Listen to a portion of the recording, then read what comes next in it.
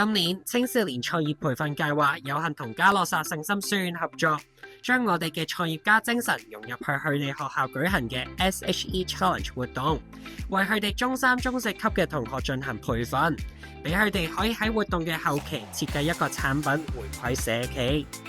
而今日我哋亦邀請咗3位嚟自嘉諾撒聖心書院嘅同學同老師，去分享佢哋喺課程裏邊遇到嘅困難，以及經歷完呢個課程之後嘅體驗同埋得着。等我哋一齊嚟睇下佢哋嘅分享啦！好開心我哋第一次合作呢個 curriculum 啊！我都相信各位都有唔同嘅得着同埋諗法。首先，我想邀請 Mr. Hong 去分享下教授呢個課程同傳統學科上邊嘅課室形式有咩唔同呢？第一咧就係我哋會 expose 同學喺一啲佢哋要做決定嘅場景入邊，而喺嗰啲場景入邊咧，其實可能比起傳統嘅 textbook， 我哋會話俾佢知你應該咁做。但喺成個呢一個體驗式嘅課程入邊咧，我哋係唔會話俾佢知你應該要點做。不過我哋會引導佢哋去了解，其實每一個決定佢有機會見到嘅結局是什麼，但係佢哋要成個團隊去承受呢一件事。咁背後嘅理念咧，係因為我好着重一個 reflect and reapply 嘅 concept， 即係我覺得如果佢哋停留喺好 textbook， 老師講乜我哋做乜，而當中冇咗一個佢哋 reflect 嘅機會，我覺得佢哋未必可以 pick up 到呢一啲我哋想佢 pick up 嘅 entrepreneurship 嘅 skill and mindset 嘅。咁但係喺成年入邊，我哋見到可能有時佢哋做嘅決定會啱，有時會係錯，但係往往係喺一啲錯嘅決定，佢哋見到個後果呈現咗喺自己眼前嘅時候咧，that stimulate 佢哋會 reflect， 然後喺同一個情景入邊，佢哋會點樣再 make the second choice 咧？咁呢個係我覺得幾唔同嘅地方。聽到 Mr. Hong 講咗咁多呢個課程有咩用，跟住落嚟最感受到嘅就係學生啦。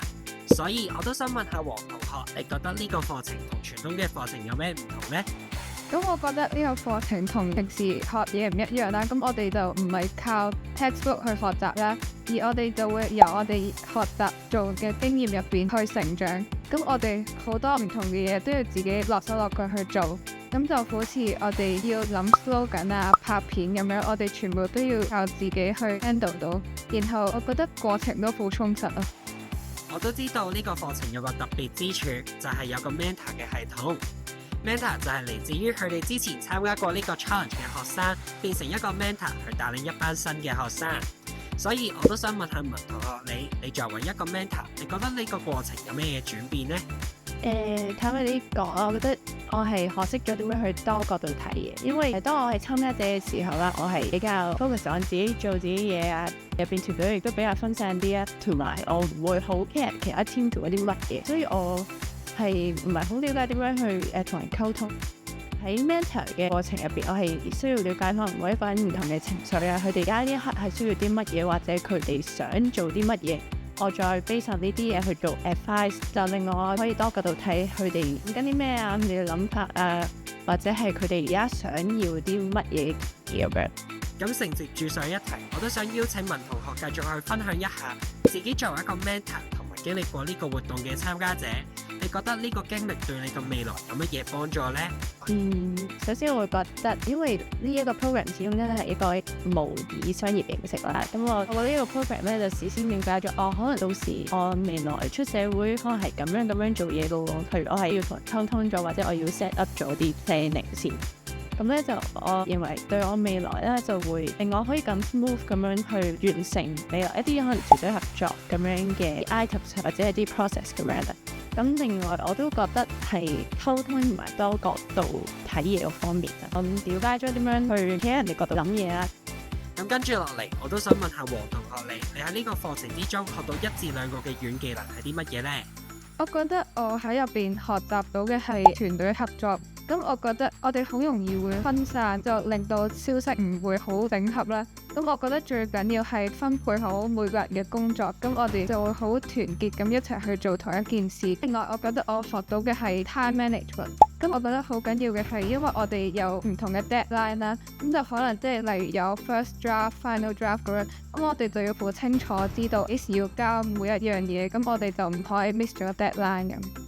咁啱啱聽完文同學同黃同學去分享佢哋喺呢個課程裏邊嘅成長，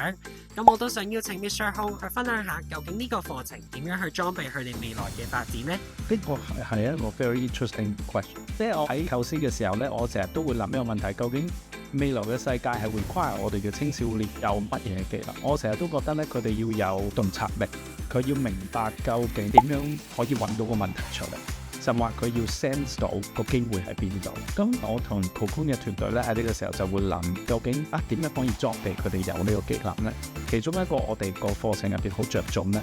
係我哋覺得同理心嘅學習係好緊要。所以我用翻我哋個課程一啲例子，由第一個階段，我哋希望佢去做多啲 research 去調查一個佢服務嘅嗰個機構。點解咧？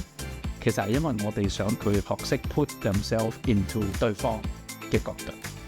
究竟佢做緊一個咁有社會意義嘅項目嘅時候，佢面對緊乜嘢嘅阻力？即係呢一個 perspective 咧，我哋想喺過程入邊同學仔了解到之後，呈現喺個產品嗰度。其實個過程就係要佢用對方嘅角度看世界，令到佢哋會不知不覺咁樣習慣咗從對方角度嚟諗先。我覺得頭先阿 Kathy 講得好好，就係佢作為 mentor 係因為佢嘅存在令到同學仔冇再經歷佢嘅問題，因為佢好深刻，佢當年就係傾咗係呢一件事，所以佢擺咗自己喺今年嗰班學生嘅角度去諗，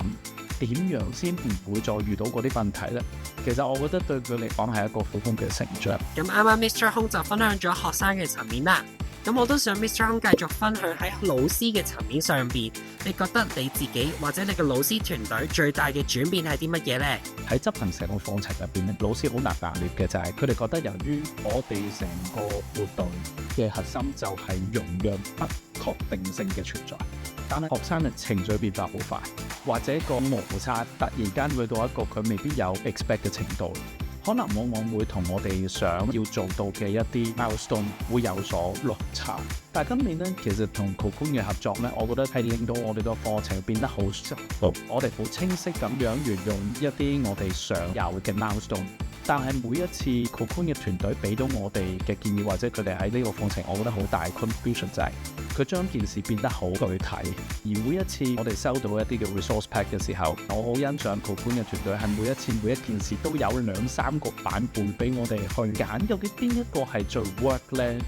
有一啲老師同我講就係其實可能佢嚟咗好耐，佢有時忽略咗係呢啲方法冇諗過用一個少少嘅 twist。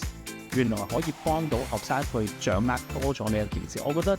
對團隊嚟講係有一個好大嘅助力。而對我自己嚟講咧，做呢個 program 咧個感覺好孤獨嘅原因咧，就係其實入邊有好多我哋學校自己想做嘅一啲元素啦，但係唔係好能夠同其他學校有一個好好嘅通連，導致到我哋感覺上係you are pretty much on your own。咁但係今年咧，我好開心嘅就係 Cocoon 嘅團隊好快可以理解晒我哋經歷過嘅東西，而我感覺好似多咗一個 partners， 一個好強一班好強嘅 partners 同我一齊做一啲唔係好罐頭嘅嘢，而係佢嘅存在令到我想做嘅嘢再 accelerate 咗去另一個層次，呢個係一個好大嘅喜悅嚟嘅。